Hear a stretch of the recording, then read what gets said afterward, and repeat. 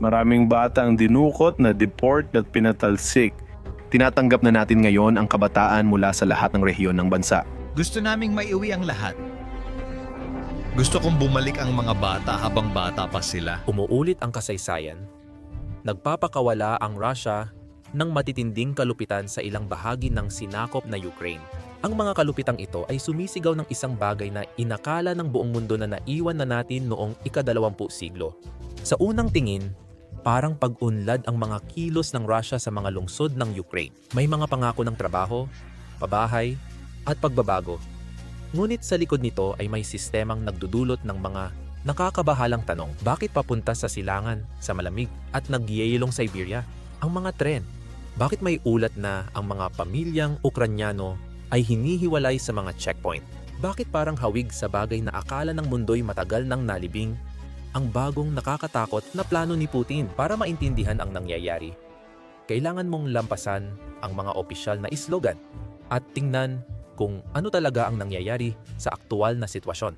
Sa mga sinakop ng Russia sa Ukraine, ipinakilala nila ang Siberian Development Program. Iniulat na 700 bilyong ruble o mga 87 bilyong dolyar ng United States ang ipupuhunan sa silangan at Siberia ng Russia.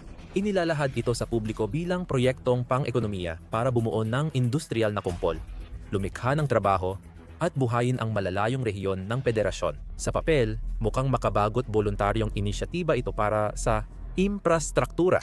Pero iba ang aktwal na nangyayari. Ginagamit ng Rusya ang pagpapatapon ng mga Ukranyano sa Siberia para dagdagan ang populasyon ng inabandonang rehiyon at linisin ang mga bayan ng Ukranya. Yan ang kabuuan.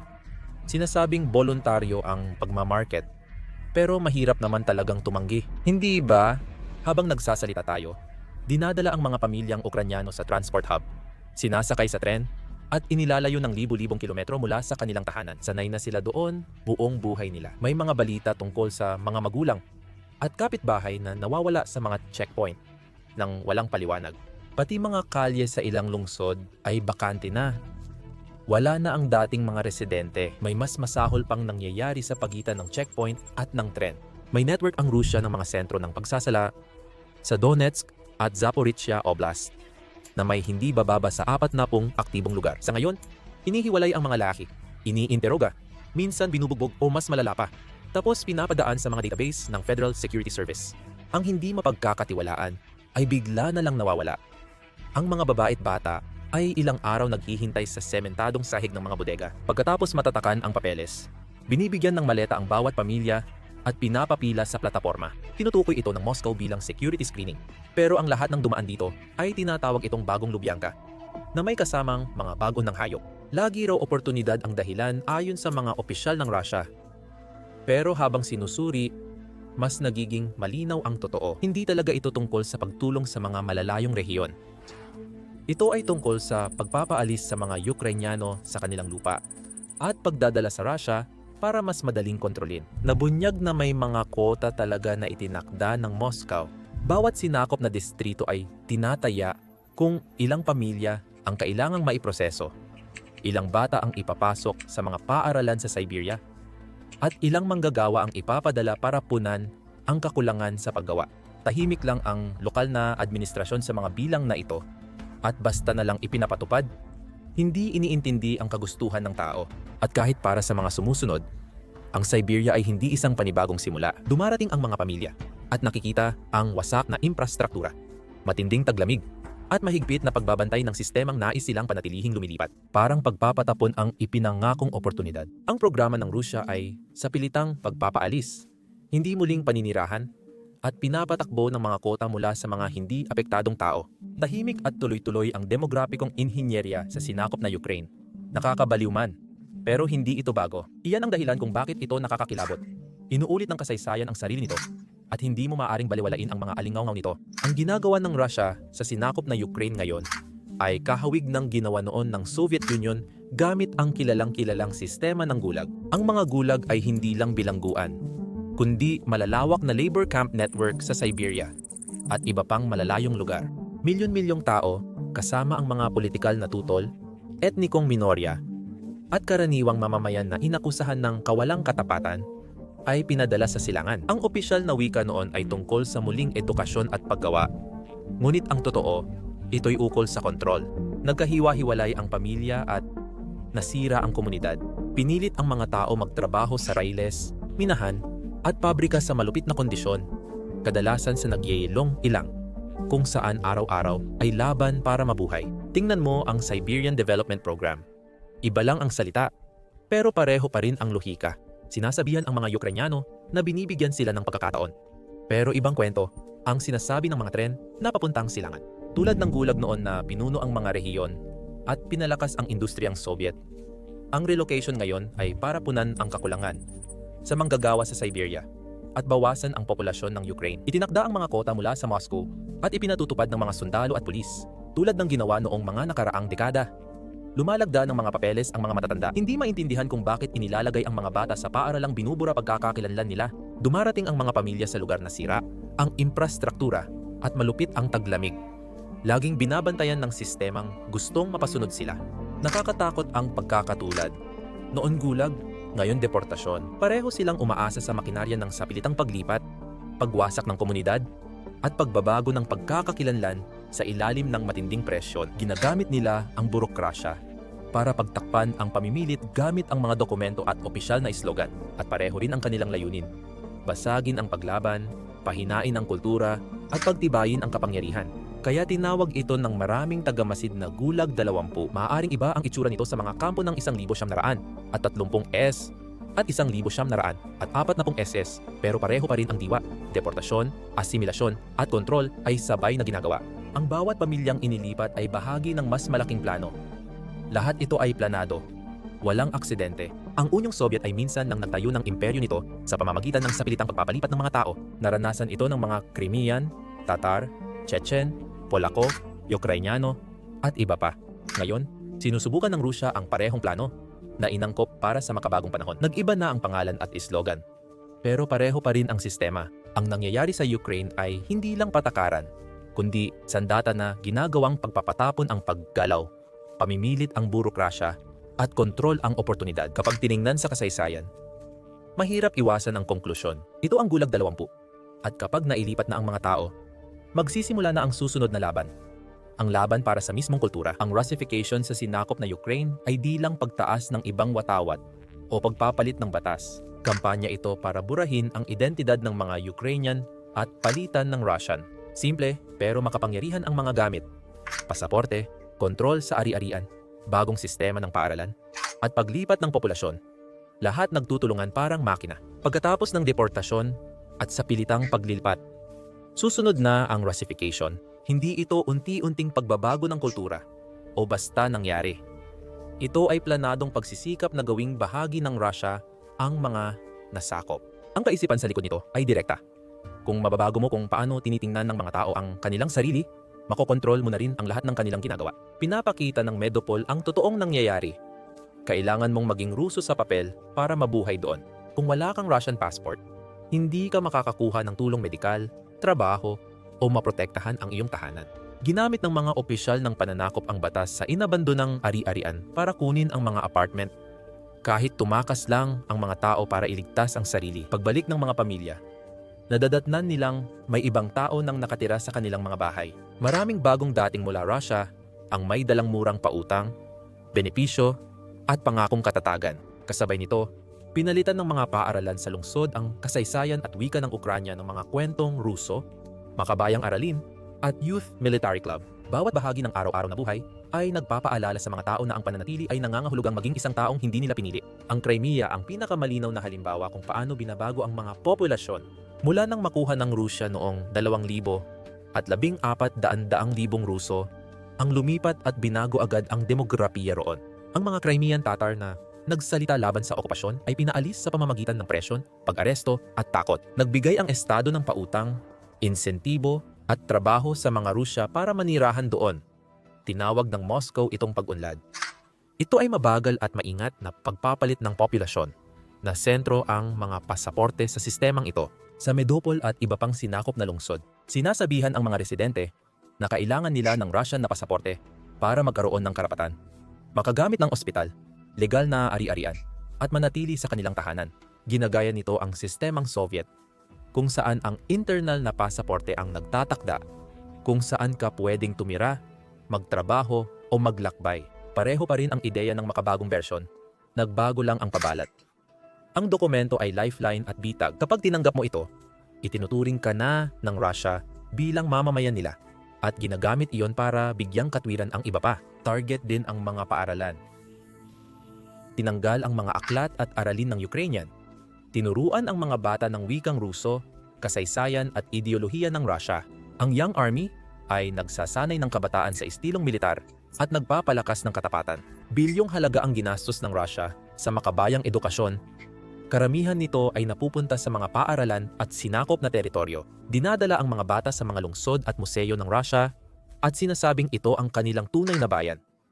Simple ang layunin, baguhin agad ang pagkakakilanlan para mawalan ng dahilan lumaban. Pag inalis mo ang mga bata sa usapan, iisipin mo bang libre lang nagpapabakasyon ang Russia? Ngayong tag-init sa Donetsk, ipinagmamalaki ng mga namumuno sa pananakop na nagpadala sila ng 20,000 bata sa mga kampo sa Russian Crimea. Puno ang summer program ng makabansang pagsasanay at aralin sa kasaysayan na tila nalimutan ang Ukraine.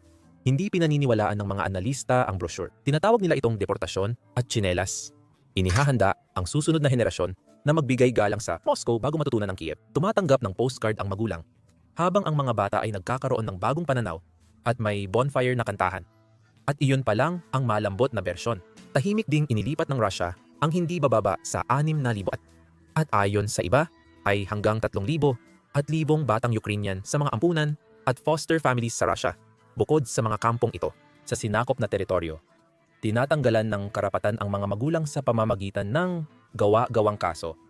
Binibigyan ng Russian birth certificate at dinadala ang mga bata sa Moscow, Novosibirsk o Tyumen. Si Putin ang lumagda sa kautusan noong 2000 at 22 para gawing permanente ang mga pag-aampon. Sa ilang araw, malalaman ng mga magulang na ipinatapon sa Siberia na legal ng anak ng ibang Russian ang kanilang anak. Hindi iyon muling edukasyon, kundi pagdukot na sinusuportahan ng Estado na nagkukunwaring kawanggawa. Maraming Ukrainians ang nakatakas mula sa Siberia at nakarating sa ligtas na lugar, ngunit pareho pa rin ang kanilang mga kwento. Walang totoong trabaho sa Siberia, sahod at mga kupon lang. Ikinukulong ang mga bata sa boarding school kapag walang trabaho ang magulang.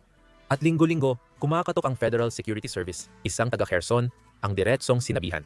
Malaya kang umalis sa Siberia kahit kailan. Lakarin mo lang ang 4,000 kilometro. Lahat ng mga umuuwi ay iisa ang sinasabi. Hindi layunin magtayo ng anuman, kundi tiyaking walang makakauwi. Sandata rin ang ekonomiya. Sa Medopol, libo-libong bahay kamakailan kinuha dahil di mapatunayan ng mga may-ari ang karapatan nila sa ilalim ng batas ng Russia. Pag nakuha na, binibigay ang mga bahay sa mga Ruso na may espesyal na pautang o grant para lumipat. Hindi lang ito tungkol sa ari-arian, kundi tungkol ito sa pagbabago ng anyo ng populasyon ng lungsod. Pinapahirap baligtarin ang okupasyon sa pagpuno ng mga Ruso at pagpapaalis ng mga Ukrainyano sa mga komunidad. Pinapalalim ng militarisasyon ang presyon. Hindi lang lupa ang kinukuha ng Rusya, kundi pati mga tao. Sa Crimea at Donbas, lampas 46,000 lalaki ang na-draft mula 2,000 at 22. Sa lahat ng sinakop na lugar, umaabot sa daan-daang libo ang bilang. Halos lahat ng kalalakihan sa mga baryo ay nawala na.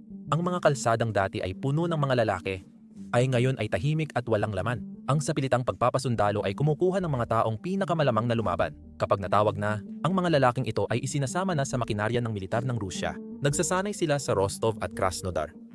Suot ang uniforme ng Rusya at sumusunod sa utos ng mga Ruso.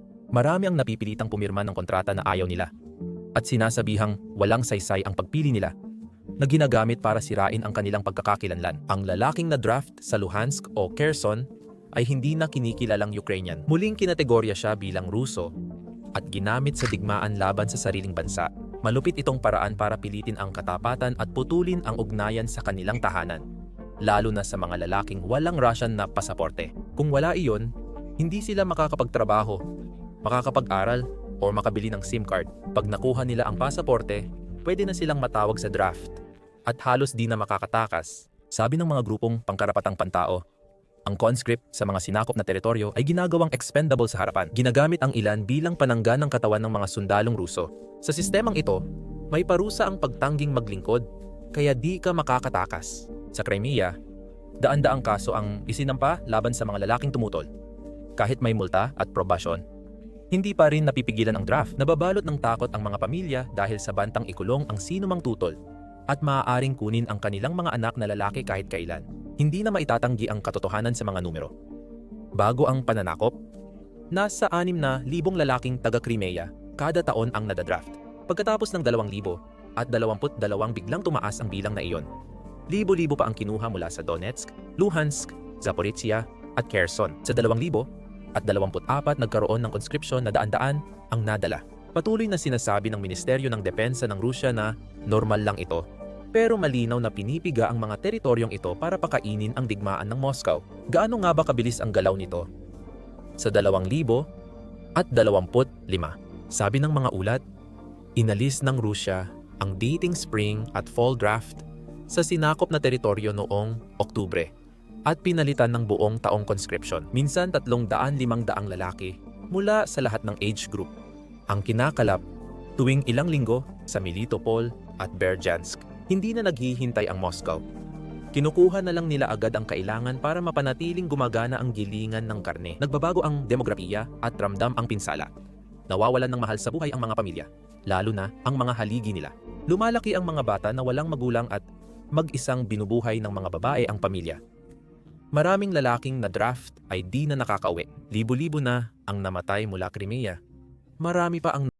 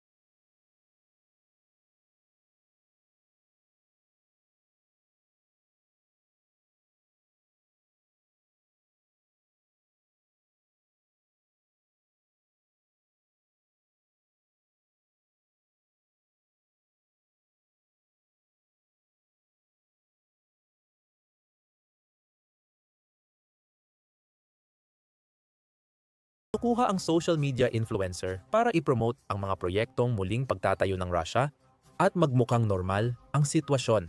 Mahalaga ang Russification dahil ito'y pag-atake sa pagkakakilanlan, hindi lang tungkol sa kultura. Naniniwala ang Moscow na kung lalaki ang mga batang nagsasalita ng Ruso, nag-aaral ng kasaysayan ng Russia, at may pasaporteng Russian, hindi na nila makikita ang sarili bilang Ukrainian. Kaya sinabayan ang Russification ng deportasyon, pagsamsam ng ari-arian, at sa pilitang pagpapasundalo. Nagtutulungan ang mga ito para sirain ang komunidad at baguhin ang hinaharap. Hindi lang rekonstruksyon o paglipat ng populasyon ang nangyayari sa sinakop na Ukraine, kundi isang digmaan laban sa pagkakakilanlan. Ang programa sa pagpapaunlad ng Siberia ay naglilipat ng mga pamilya sa silangan at binabago ng Russification ang mga natitirang magkasama. Ginagamit nila ang mga lumang Soviet na paraan sa bagong paraan. Dati, winasak ng gulag ang tao sa pagpapatapon at sa pilitang trabaho. Ina-assimilate at kinokontrol sila ng Russification, kaya mahirap baliwalain ang epekto. Hindi lang sinakop ng Russia ang teritoryo ng Ukraine, gusto rin nitong burahin ang bansa. Pagsama-samahin lahat ng bahagi, may sinusunod na pattern ang estratehiya ng Russia sa sinakop na Ukraine.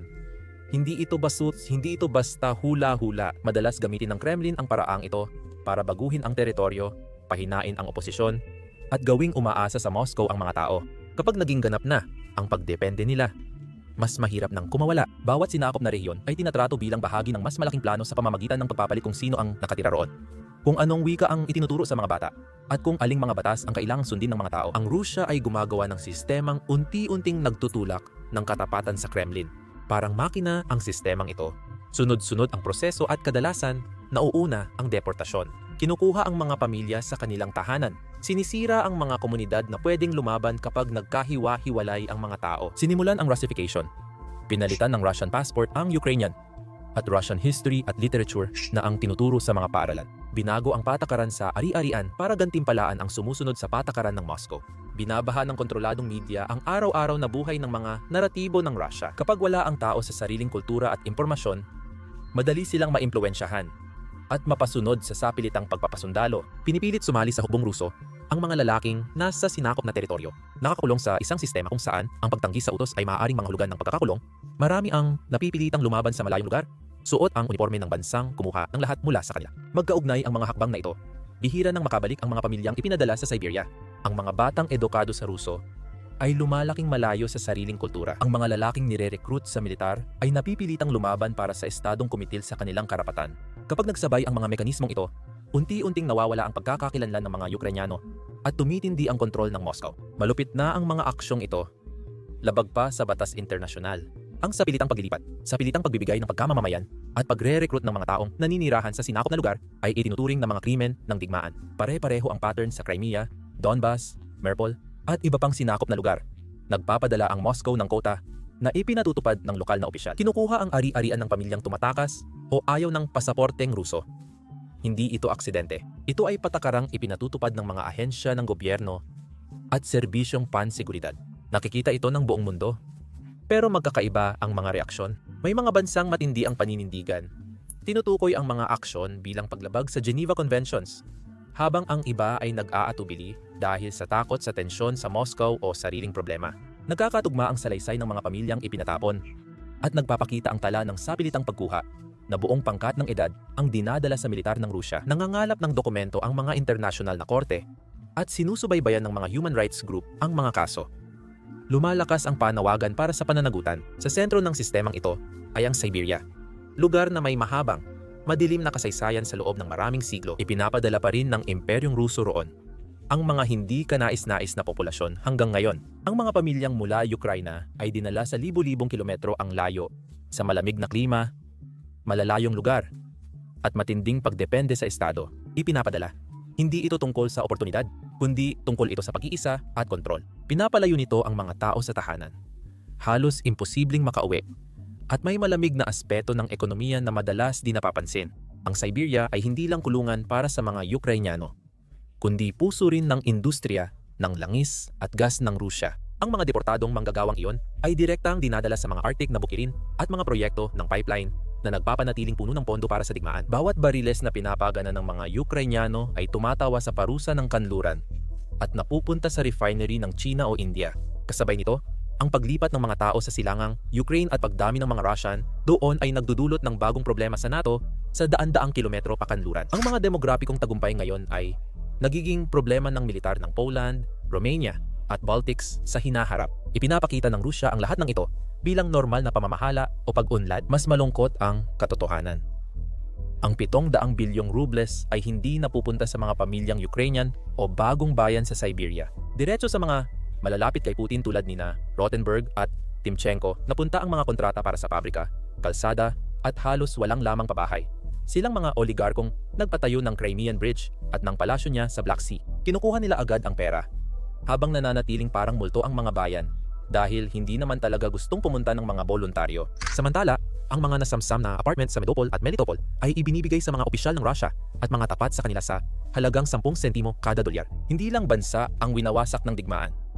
Ito rin ang naging paraan ng pagpapayaman ng ilan simula 1,991 na tinakpan ng nasyonalismo. Mas nakakatawa ang pagnanakaw kapag nakita mo kung ano talaga ang pinapatakbo nila. Ang malalaking planta ng bakal ng Metapol ay dating umaasa sa mga inhinyero at metalurhista ng Ukranya. Karamihan sa kanila ay wala na, nakikipaglaban, na-deport o nagtatago. Nagpapadala ang Russia ng murang manggagawa mula sa mahihirap na probinsya sa gitnang Asya na hindi pa nagpatakbo ng modernong blast furnace. Bumaba ng 70% ang produksyon sa Azovstal at Ilyich, ngunit iginiit pa rin ng Moscow na naibalik ang industriya. Sa kalaunan, ginagawa nilang isa na namang lugmok at tapat na monotown na periphery ang ilan sa pinakamatabang industrialisadong lupa sa Europa. Lahat ng estratehiyang ito ay para burahin ang isang lahi at palitan ng iba. Ganito binabago ng Kremlin ang mga hangganan nang hindi tuwirang sinasabi. At habang patuloy na umiikot ang makinang ito, simple lang ang mensahe. Ang nangyayari sa sinakop na Ukraine ay hindi lang digmaan kundi planadong paghahari gamit ang buhay ng mga tao Paisa-isang sapilitang hakbang. Ano ang mangyayari pagkatapos?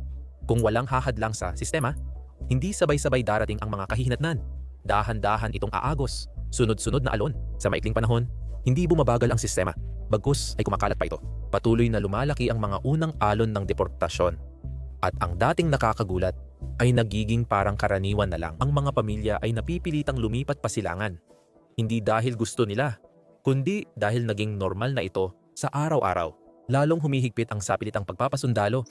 Pinipilit ang mga lalaki sa sinakop na bayan kumuha ng pasaporteng Ruso at agad silang dinadala sa draft matapos pumirma. Ang dating ilang kaso lang ay lumaganap, nagdulot ng pagkakawatak-watak ng komunidad at iniwang nagdurusa ang mga pamilyang nawalan ng mahalagang miyembro. Hintayin pa natin ng kaunti para luminaw ang sitwasyon sa gitnang panahon. Pumapasok ang mga naninirahang Ruso, sinasakop ang mga bahay na kinumpiska o pinupuno ang mga bagong pabahay na minamadali ng estado na itayo. Unti-unting nagbabago ang demografiya, pati itsura at tunog ng mga kalsadang dating sumasalamin sa buhay ng mga Ukranyano. Mga tapat sa Moscow ang namumuno sa mga paaralang Ruso, korte at lokal na opisina. May mga bagong patong ng mga papeles at patakaran na ipinapatupad sa lahat ng bagay.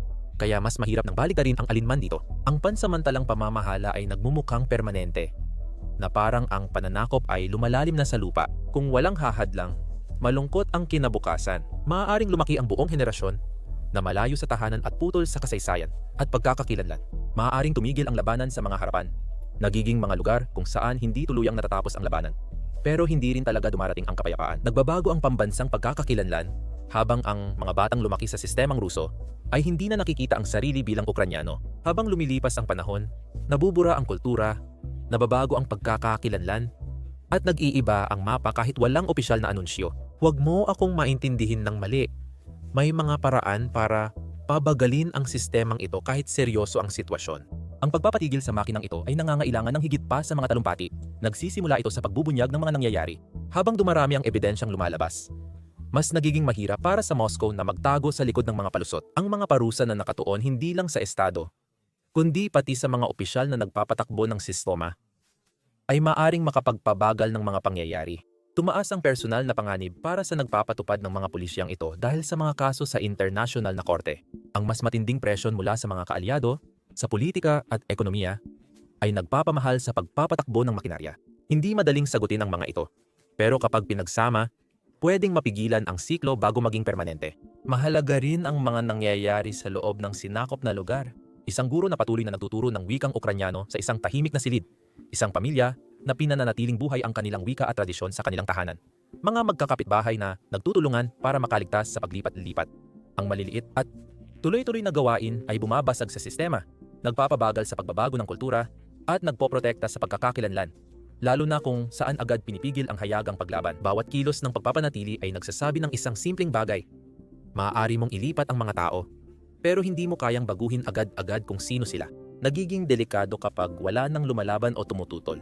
Maaaring hindi na makabalik ang mga pamilya, lumaking walang alaala ng bayan ang mga bata, at magbago ang populasyon at katapatan ng mga bayan na halos di na sila makilala.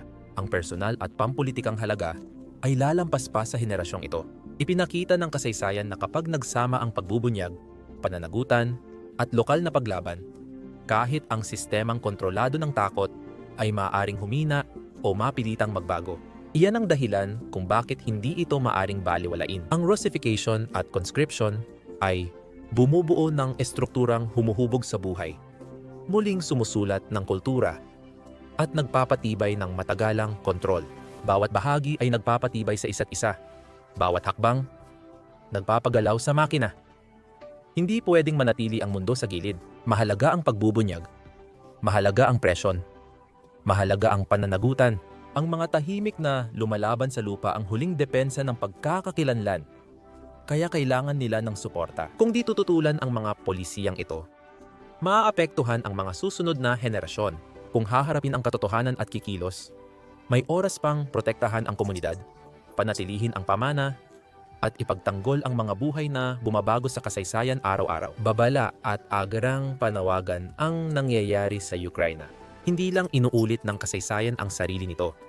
Ginagamit din ito bilang sandata sa totoong oras. Ang mga desisyong ginagawa ngayon ang tutukoy kung ang mga batang lumaki sa mga polisiyang ito ay magmamana ng takot at pagkakawatak-watak.